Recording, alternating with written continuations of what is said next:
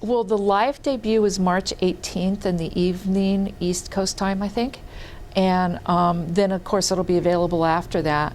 And what I'm going to be doing is showing how to use the alcohol pens, specifically the Chameleon pens, on silk screens. It's going to be, okay, this is my method for silk screening and all the ways I have found to screw up a silk screen so that you don't have to. Yeah. And then after it's baked, showing them how I use the pins on it. Okay. Yeah. So the first thing I noticed about these pens when I got them was that the colors are standard colors, but they're a little bit off normal. So it was kind of interesting to me. I thought, oh good, they're not going to look like Sharpies.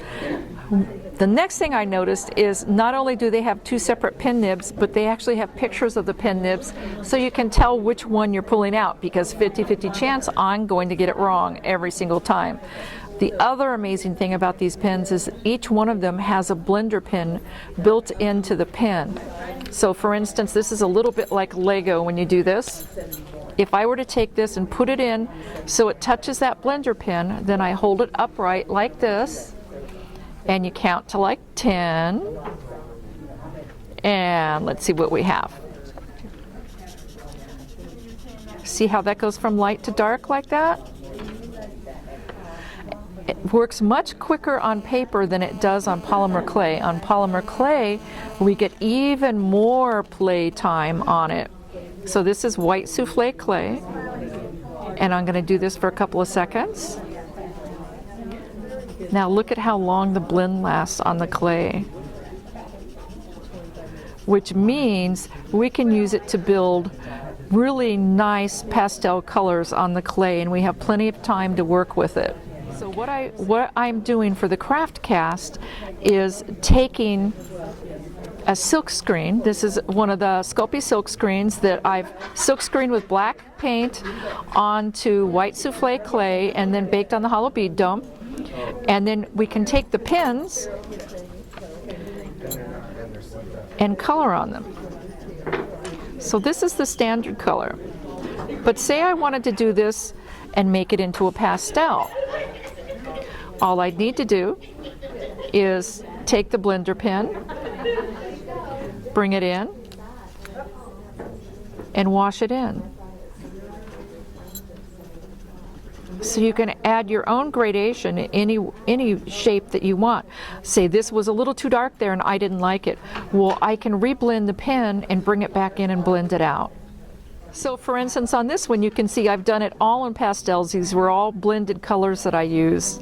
And the final piece that I did, I actually glued rhinestones in here. And I'm not a pastel person. I'm definitely not a pink or a rhinestone person, but I really like the way the piece came out. Here's another piece that I've done all with the pens, and I've just used the straight colors on there.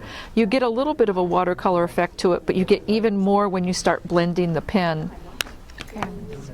So this was a photograph that I converted to a line drawing, and then what's the? It's probably white primo or white souffle. Souffle. I like the tooth on the souffle. Now I just made this lighter, so I'm going to start on the outside of the petal. Look at how pastel that is. And then if it's too pastel, you can just overlap and keep bringing it in. And now I'm going to pull it in. Wow, that's cool. Isn't that cool? Yeah. Wow, I'm glad that worked like that. So in this one, I'll go reverse, and I'm going to bring the color in full here before I do the pastel. I'm going to bring it out on the edges of the leaf a little bit to give us a little bit of definition to it. Now we'll bring it in and lighten it just a bit.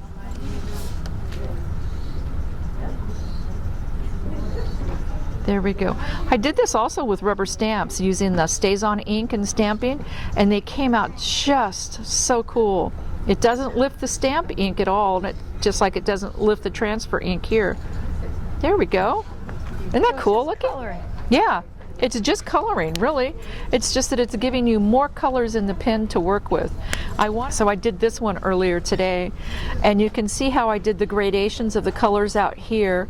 I blended in a little bit of the browns in here, and back here in the leaves, You see these little faint leaves in here? Oh, I did that by taking the blender pen, having it really light, and blending a section and rubbing it with my finger to make that light area there, and then I took the brown pen that was blended a little bit out and just drew in the detail on the leaves. What I do is I reverse sculpt them on a lot of these pieces. So this is just a ring of clay and a dot of clay here, and before I baked it I pushed it down gently around it so that this flower actually slumps around it. I don't know if you can see in the detail there. And then I did this smaller piece in the same way. This was on a hollow bead dome, but I also put a ring here and a dot here